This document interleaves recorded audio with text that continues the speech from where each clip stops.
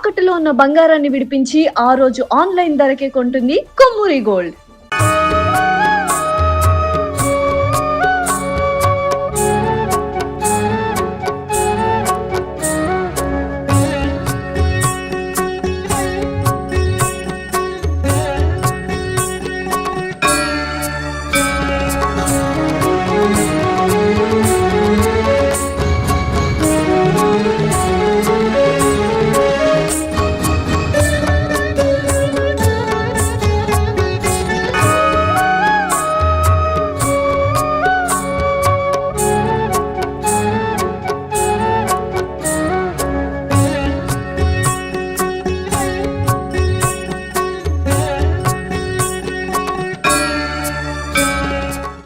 Hi hello welcome to Suman TV. నేను మీ Roshan. So మీ అందరికీ తెలిసిందే వారాహి నవరాత్రులు అనేది ప్రతి ఒక్కళ్ళు కూడా చాలా నిష్ఠగా చేస్తున్నారు అన్ని ప్రదేశాలలో. ముఖ్యంగా పవన్ కళ్యాణ్ గారు కూడా అసలు నవరాత్రులకు ముందే ఆయన కూడా మాల ధరించి వారాహి అమ్మవారిని పూజించడం మనందరం చూస్తున్నాం. నిజంగా ఈ వారాహి నవరాత్రులు అనేది చేస్తే ఎంత గొప్ప మహిమలు కల తల్లి అందరినీ ఆశీర్వదిస్తుందో చాలా తక్కువ మందికి మాత్రమే తెలుసు. ఎందుకంటే వారాహి దేవతని మనం చాలా ప్రదేశాల్లో చూసుంటాం, కానీ ఇక్కడ మటుకు ఒక శాలిగ్రామ వారాహి దేవి కొలువై ఉందన్నమాట. మిలీనియర్స్ నుంచి కూడా ఆ విగ్రహం అలానే ఉంది. ఆ విగ్రహం యొక్క మహిమ అంతా ఇంత కాదని చెప్పి చాలా మంది చెప్పారు. సో శ్రీనగర్ కాలనీలో ఉన్న రుద్రాక్ష వైభవం అనమాట ఇది. సో నిజంగా ఈ వారాహి పూజ చేయడానికి గురువు గారు నన్ను ఇక్కడ ఇన్వైట్ చేసినందుకు ఫస్ట్ ఆఫ్ ఆల్ ప్రత్యేక ధన్యవాదాలు గురుద్రాక్ష వైభవం గురూజీ గారికి. అండ్ ముఖ్యంగా వారాహి అమ్మవారిని చూడాలని ఎంతో మంది అనుకుంటారు. చాలా ప్రదేశాలలో మనం చూసే వారాహి విగ్రహం వేరు, ఇక్కడికి వచ్చిన వారాహి అమ్మవారు వేరు. దాని ప్రత్యేకతలు నాకన్నా కూడా ఆయన చెప్తేనే బాగుంటుంది. సో మన మహర్షి గురువు గారు. సో గురుగారు నమస్తే. So thank you so much. ధన్యవాదాలు ఇక్కడికి మమ్మల్ని పిలిచినందుకు ప్రత్యేకంగా పూజ కోసం.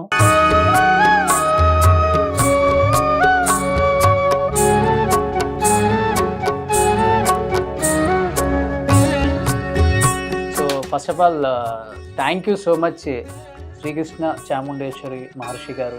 నిజంగా ఇక్కడికి పిలవటం నిజంగా చాలా హ్యాపీగా ఉంది, నాకు చాలా బ్లెస్సింగ్గా ఫీల్ అవుతున్నాను. చాలా సంతోషం అన్న. అంటే నేను విన్నది ఏంటంటే, సో మనం అన్ని చోట్ల వారాహి అమ్మవారిని చూస్తూనే ఉన్నాం, కానీ ఇక్కడ కొలువై ఉన్న వారాహి అమ్మవారు చాలా ప్రత్యేకత కలిగి ఉన్న అమ్మవారు అని చెప్పేసి నేను విన్నాను. కొన్ని మిలియన్స్ నుంచి కూడా ఉందని విన్నాను. ఏంటి గురువు గారు ఫస్ట్ ఆఫ్ ఆల్ ఇది? అంటే ఇది ప్రత్యేకమైనటువంటి ఒక సాలగ్రామం అనమాట. సాలగ్రామంలో కూడా చాలా నందీశ్వర సహిత యోగేశ్వర సహిత వారాహి అమ్మవారు, వారాహి ముద్రలతో కూడుకుని ఉంటుంది లోపల. ఓకే. అమ్మవారు చాలా విశేషంగా ఉంటుంది. యోగేశ్వరు అంటే లోపల బంగారు లింగం ఉంటుంది అనమాట. చాలా విశేషంగా చూడొచ్చు మనం. ఇది మనం కార్బన్ డేటింగ్ టెస్ట్ చేసినా కూడా కొన్ని మిలియన్ ఇయర్స్ వయస్సు దానికి చెప్తుంది అనమాట ఈ విగ్రహానికి. ఇది చాలా పెద్ద శాలిగ్రామం అనమాట. ఇది అమ్మవారు నాకు స్వప్నంలో కనిపించి నన్ను వారాహిగా ప్రతిష్ఠ చేయమని చెప్పడంతో లాస్ట్ ఇయర్ మనం అమ్మవారి ప్రతిష్ఠ అంటే విడిగా పూజలు ఎన్నో సంవత్సరాలు జరుగుతున్నా ప్రత్యేకంగా మన లాస్ట్ ఇయర్ నుంచి మనం ఈ అనుష్ఠాన పూజలు అనేది ప్రారంభించేయటం జరిగింది ఇక్కడ. ఇంత ప్రత్యేకత కలిగిన విగ్రహం దగ్గర నన్ను పూజకు పిలిచినందుకు నిజంగా థ్యాంక్ యూ సో మచ్. ప్రపంచంలో ఇటువంటి సాలగ్రామ వారాహి అయితే ఇంకా ఎక్కడ లేదు, ప్రపంచంలోనే లేదు. ఇది చాలా అరుదైనది, చాలా అన్నో లక్షణాలు కలిగి ఉంది. ఇక్కడ వైబ్రేషన్ కూడా మీకు అర్థమవుతుంది, లోపలికి వచ్చినప్పుడే పాజిటివ్ వైబ్స్ ఉంటాయి అన్నమాట. చాలా విశేషతను సంతరించుకున్న అమ్మవారు. ఓకే. ఒకసారి కుంకుమార్చన చేయండి. ఓం హ్రైం గ్రైం చాముండాయ విచ్చే ఓం మాతే జగన్మాతే పాహిమాం ద్రాహిమాం రక్షమాం రక్షమాం. ఓం ఐం హ్రైం ద్రైం ఐం గ్లౌం. ఓం నమో భగవతే వార్తాళి వరాహి వరాహముఖి వరాహముఖి. అంధే అంధే నమః రుంధే రుంధే నమః జంభే జంభే నమః మౌహే మౌహే నమః స్తంభే స్తంభే నమః. సర్వదుష్ట ప్రదుష్టానాం సర్వేషాం సర్వవాక్స్థిర్చర్మపి గతి జిహ్వా స్తంభనం కురు కురు శీఘ్రం వశ్యం కురు కురు. ఐం గ్లౌ టహ టహ టహ టహ హుం అస్త్రాయ ఫట్ స్వాహ.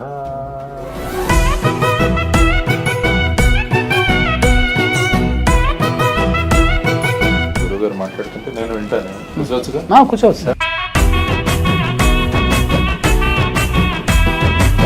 గురుగారు ధన్యోష్మి, ఎందుకంటే ఇక్కడికి రావటం అండ్ ముఖ్యంగా మీరు చెప్పినట్లుగా ఎక్కడ చూడని ఒక అవతారం ఇది.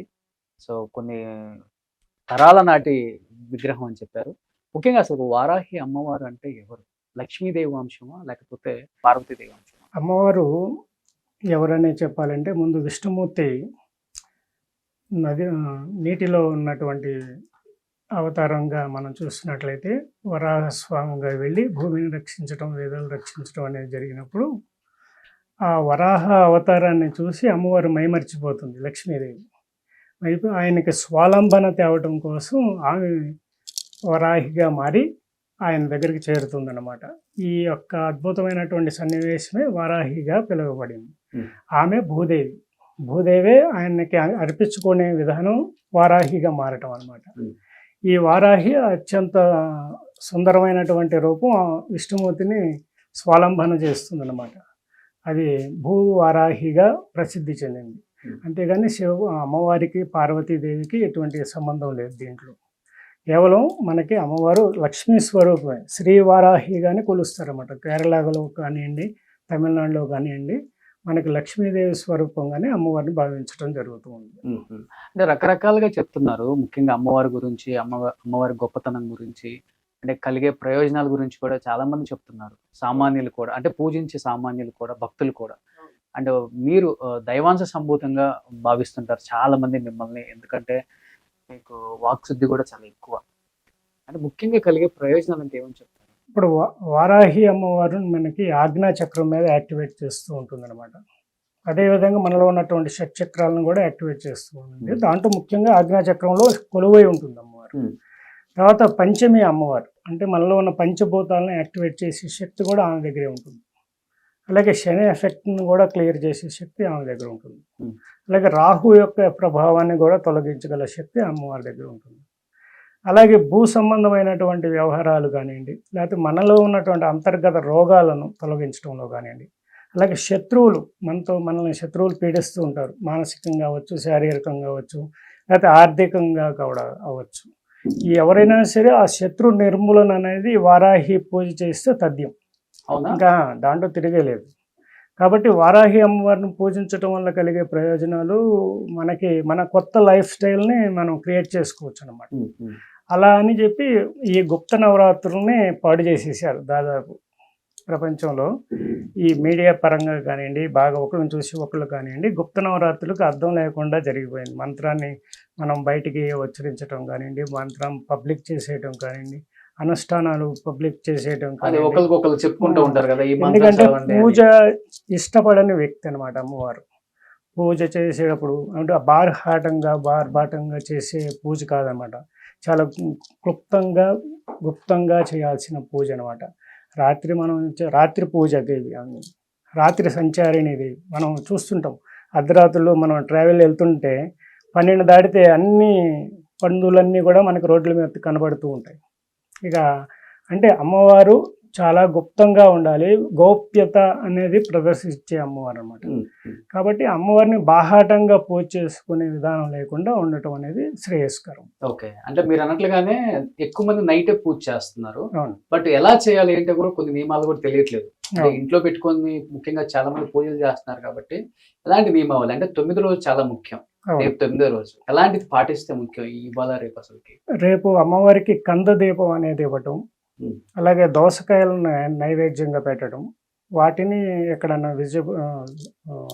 వాటికి మన పబ్లిక్గా పందులైదు ఉంటాయి కాబట్టి అటువంటి వాటికి చేరే అవకాశం ఉన్నా కూడా చేర్చడం అనేది కూడా మంచిది అనమాట. అయితే కంద దీపం అనేది పెట్టడం అనేది ఇప్పుడు మీరు చూస్తారు.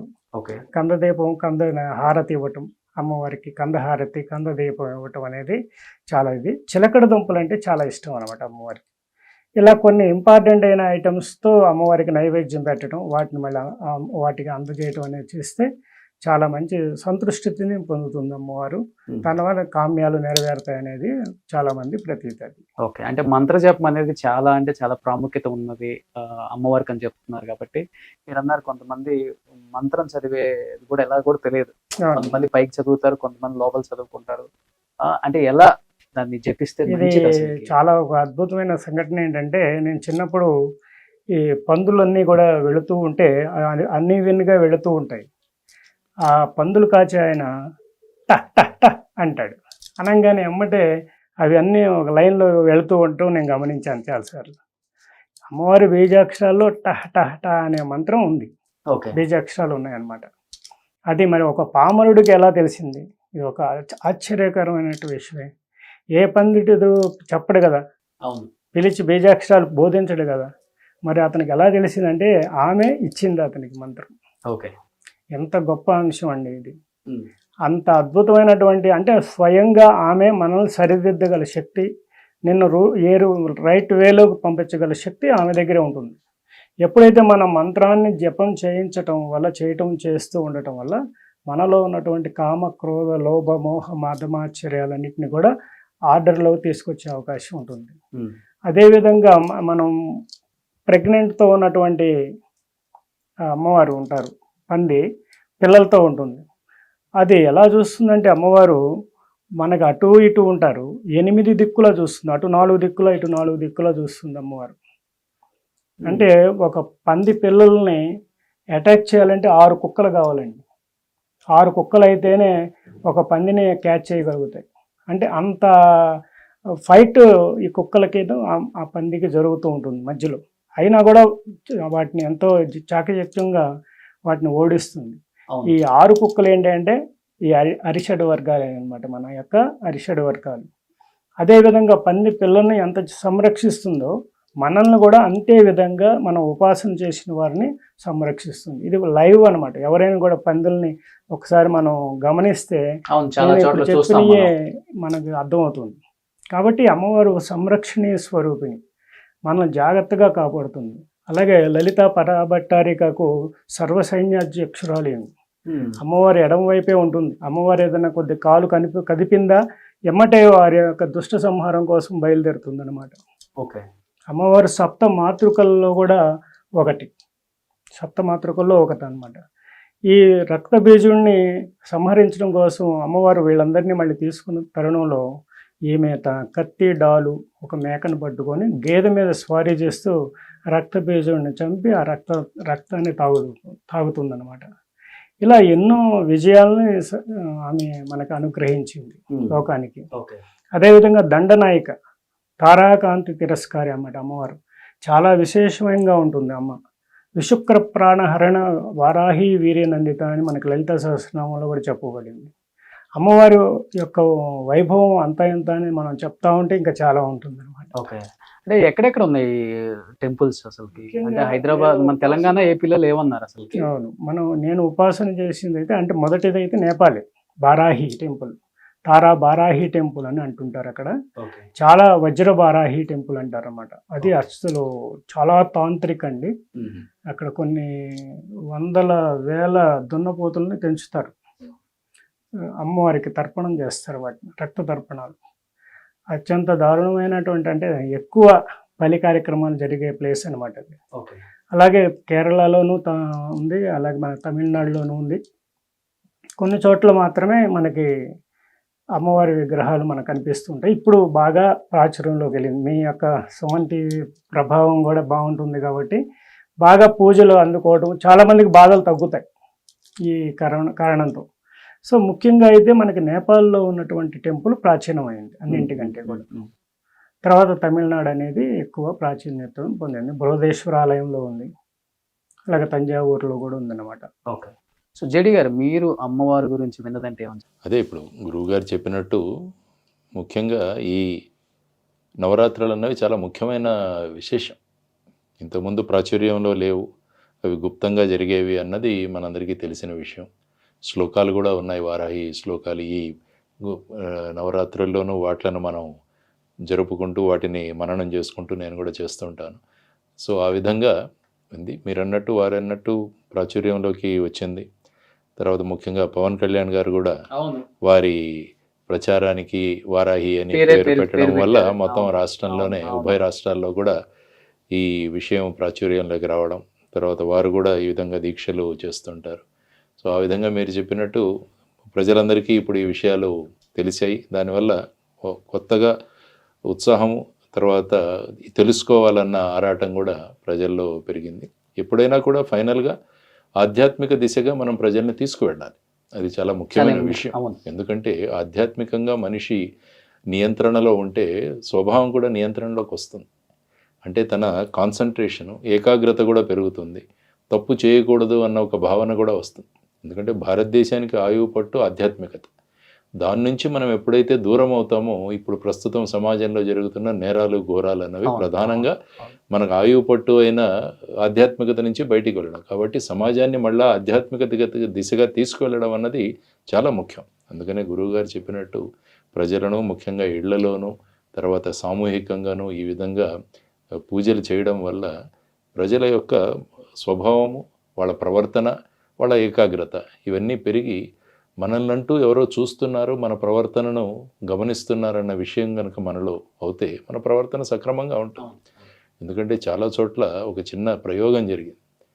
మనుషుల ప్రవర్తన ఎలా ఉంటుందంటే, ఒక చోట డబ్బులతో నిండిన ఒక సంచిని రోడ్డు మీద పెడతారు.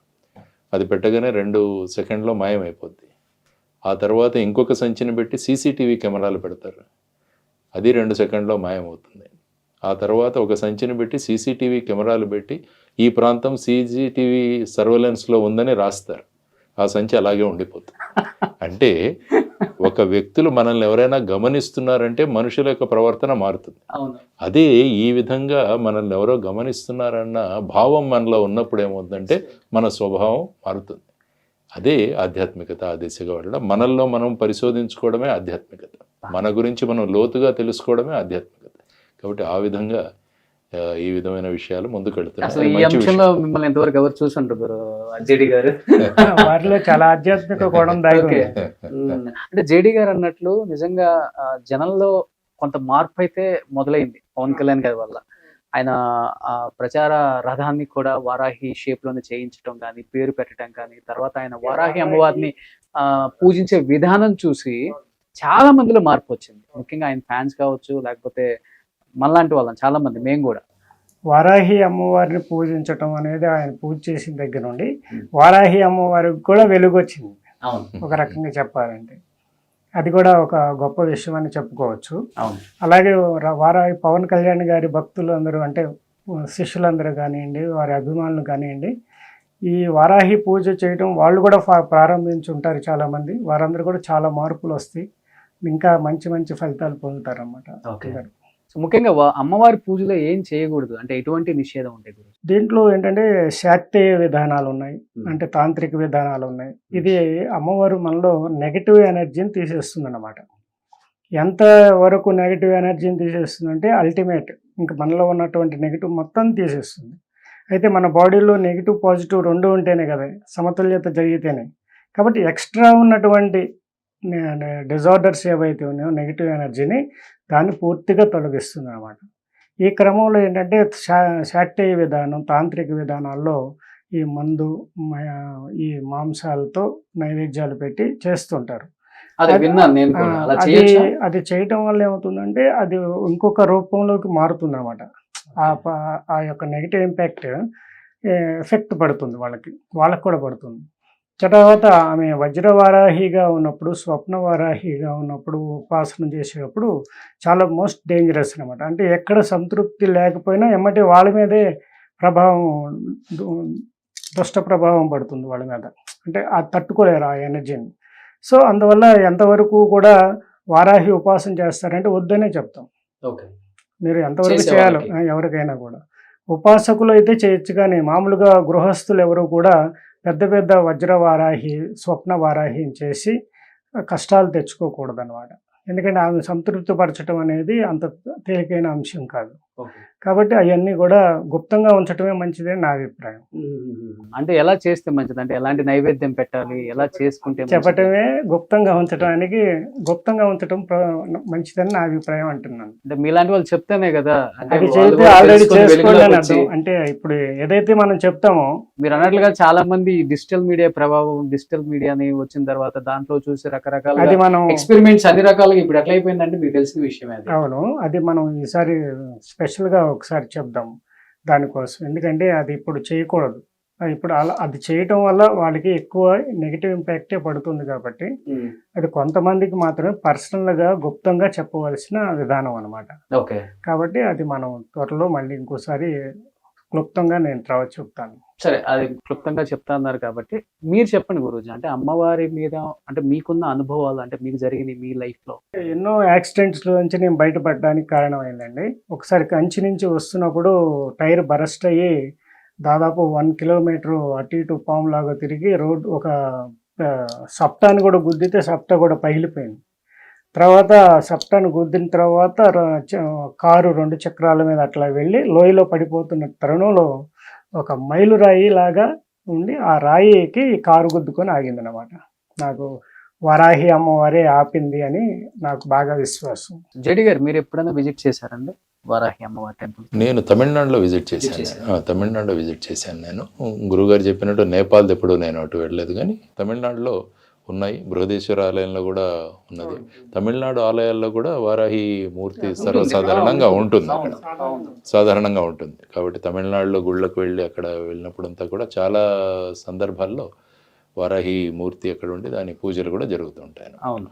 సో మీరు ఎప్పుడైనా అంటే మీకు కలిగిన అనుభూతులు అంటే అలాంటి అంటే చాలా అరుదు మనకి, ఎందుకంటే మన తెలుగు రాష్ట్రాల్లో ఎక్కడ చూడలేము మనం వారాహి అమ్మవారి టెంపుల్ కానీ లేకపోతే విగ్రహం కానీ ఇలాంటి ప్రత్యేకంగా ఇలాంటివి. అంటే పవన్ కళ్యాణ్ గారు లాంటి ఒక వ్యక్తి ఒక అమ్మవారు వారాహి ఉందని చెప్పిన తర్వాతే ప్రచురణలోకి వచ్చింది చెప్పాలంటే.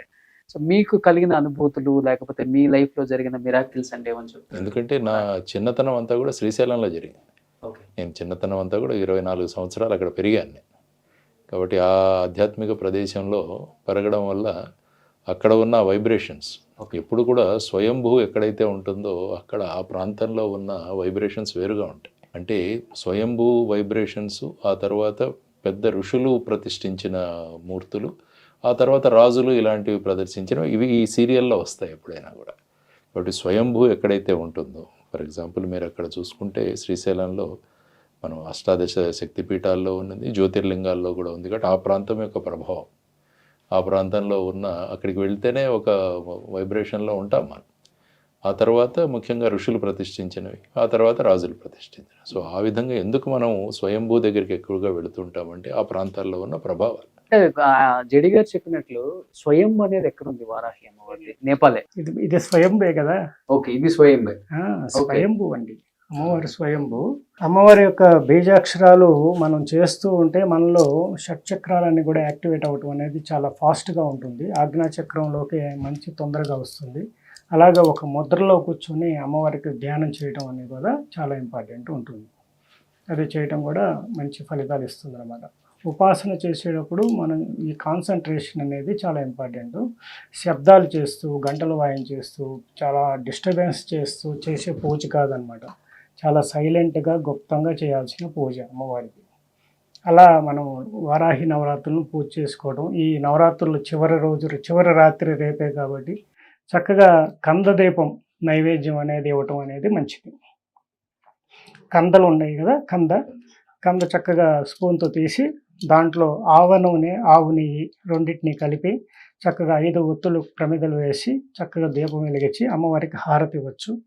ఇప్పుడు నేను హారతి ఇస్తాను కదా, అది కూడా మళ్ళీ అలా కూడా చేయొచ్చు అనమాట. హారతి ఇవ్వటం వల్ల ఆనందాన్ని ఇస్తుంది ఆమెకి. అలాగే దోసకాయలు నైవేద్యం, అలాగే చిలకడ దుంపల నైవేద్యం అనేది పెట్టడం బాగా ఇంపార్టెంట్. పానకం అనేది ఇవన్నీ సహజంగా ఇప్పుడు మనం సోషల్ మీడియాలో అందరూ చెప్తున్నారు కదా, ఆ నైవేద్యాలన్నీ కూడా మనం ఫ్రూట్స్ నైవేద్యాలు అన్నీ కూడా పెట్టుకుంటూ రావాలి. ఓకే. సో అన్నిటికి మించి 9వ రోజు చాలా ఇంపార్టెంట్ ఒక రోజు.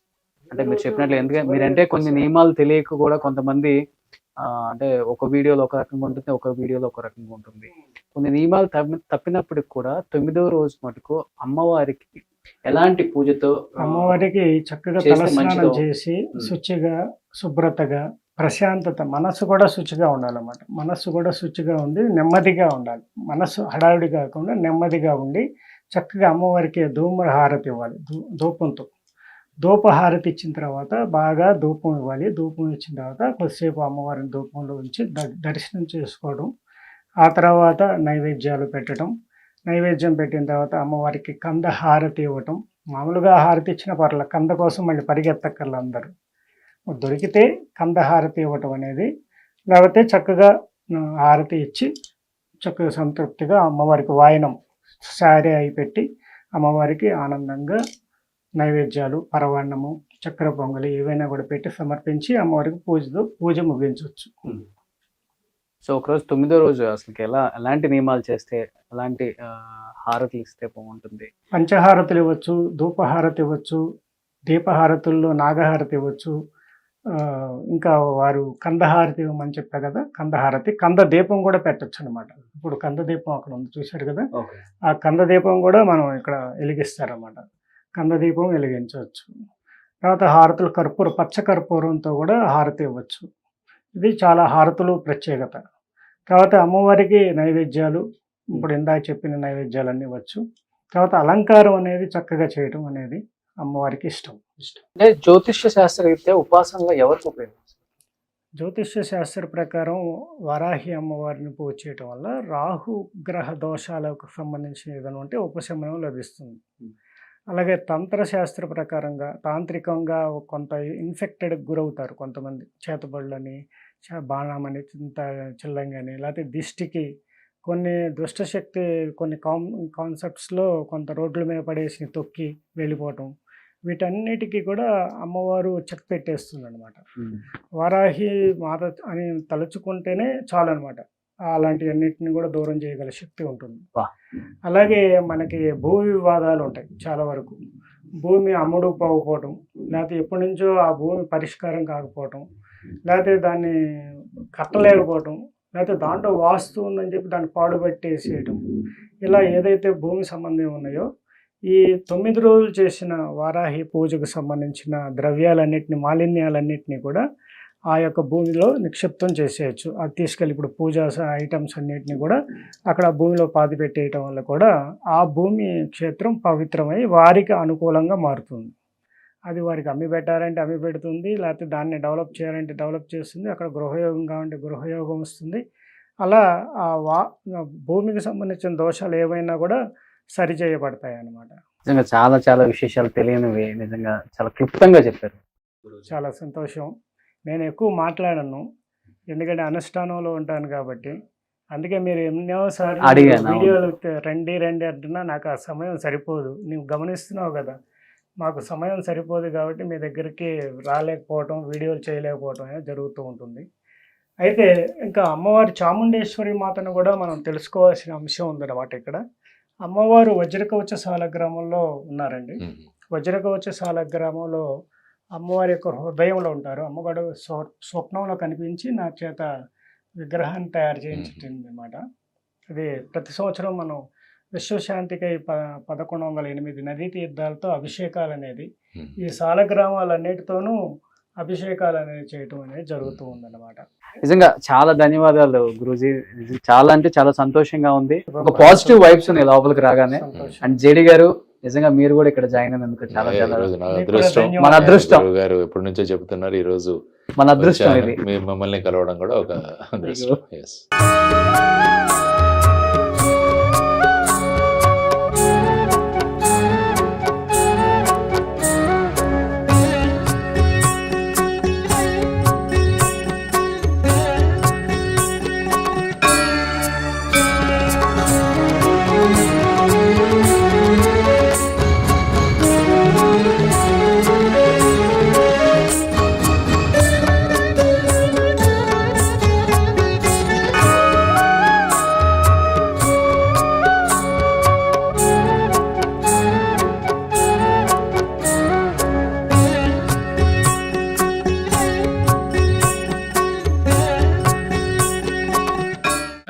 సుమన్ గారు, మేము కూడా వచ్చాం కార్యక్రమంలో. రోషన్ తీసాడు, నేను కూడా వచ్చాను అదే టైంకి. నన్ను కూడా ఇంటర్వ్యూలో ఇంక్లూడ్ చేశాను. తమరు కూడా ఒకసారి ఇచ్చేసి అమ్మవారిని దర్శనం పొందాల్సిందిగా కోరుకుంటున్నాం. సుమన్ టీవీలో మీ పర్సనల్ అండ్ బిజినెస్ ప్రమోషన్స్ కోసం కింది నెంబర్కి కాంటాక్ట్ చేయండి.